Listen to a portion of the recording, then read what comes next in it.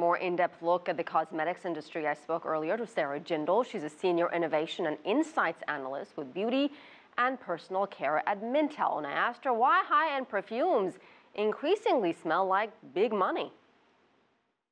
Fragrance always tends to be more of a premium, or what we at Mintel call a discretionary spend. So those types of products aren't necessarily something that every consumer views as being something critical to have within their beauty repertoire, their personal care repertoire.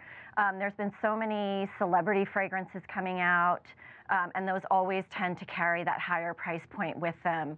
So for those that are reaching for those types of products, they tend to reach to a higher price product. Have you noticed a change in how those purchases are being made in the last few years, whether it comes to online shopping or perhaps subscriptions? We're so time conscious, we're very price conscious, so the internet has been a great tool for everyone, not just for women with cosmetics, but for making any type of purchase. Really, it gives you the opportunity to shop around. It gives you the opportunity to repurchase items that you already are using, that you're very comfortable with, and it saves you having to run out to the store to pick them up. The subscription box services, again, another great example of a way to make shopping and purchasing so much more convenient for consumers, especially the sample subscription services, because we do love to try things before we make that commitment to make that full price purchase. And we're seeing so many different variants of that happening now, not just in the US, but around the globe. And what about Western companies tapping into Asian market for inspiration and really for finding that global reach? How much is that a factor in this industry? It's a huge factor, and it has been for a long time. It used to be, going back 10, 15, 20 years, Japan was always that sort of hotbed of innovation, as we like to call it, within the industry. So much happening there. The consumers there are so well engaged with skincare and taking care of their appearance.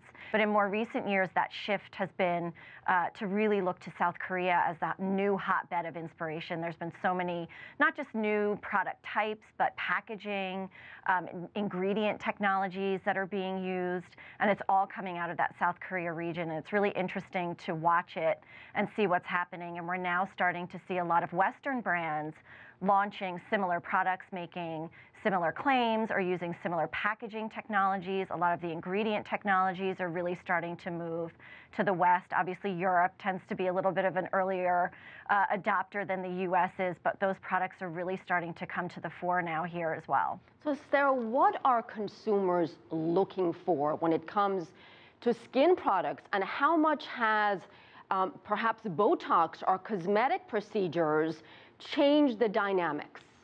We now expect a lot more out of the products that we're purchasing. So not everyone can afford to go out and get Botox. Not everyone wants to go out and have someone stick a needle in their face. So there's been a lot of pressure put back on the brands for the skincare products to perform, to deliver up to the expectations of the consumer. So there are a lot more products coming out into the marketplace that are making some pretty hefty claims, using some really interesting ingredient technologies to almost promise that they're delivering the same types of professional results that you would get from seeing a dermatologist or getting facials on a regular basis, something like that. So you see a lot of products in that similar vein. And is it your sense that they're targeting a younger consumer, or perhaps an older one who may have more spending power? It's actually, it's a mix, and it really does vary. From an anti-aging perspective, or from an age rewinding perspective, obviously those older consumers are the natural target. But more and more, the brands are encouraging the younger consumers to start using those anti-aging products or preventative aging products a lot sooner. So you're also seeing a lot of products out there really geared towards much younger consumers, but speaking a lot of the same language that you see. So talking about fine lines and wrinkles and hyperpigmentation and, tone and texture. But one of the key differences are the products that are aiming more towards those younger consumers, really talking about prevention and protection. So protection from UV, protection from the environment, big claims right now. So Sarah, we focus so much talking about female consumers. What about the guys out there? The guys aren't just stealing out of our medicine cabinets anymore. They want their own products. There's very specific things that they're looking for. For example, they want anti-aging creams, they want moisturizers, but they don't want things that are shiny, perhaps. They want multifunctional products because the men are more time conscious than we are even. They like to get in the shower, do what they have to do, and get out the door.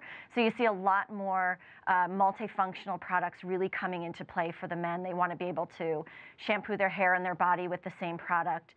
So there's a lot of those different products coming out into the marketplace as well. And a lot of male-specific brands taking what we would typically view as being a women's product, like an under-eye concealer or even a BB cream or a bronzer, and launching those under a man's-only label and brand.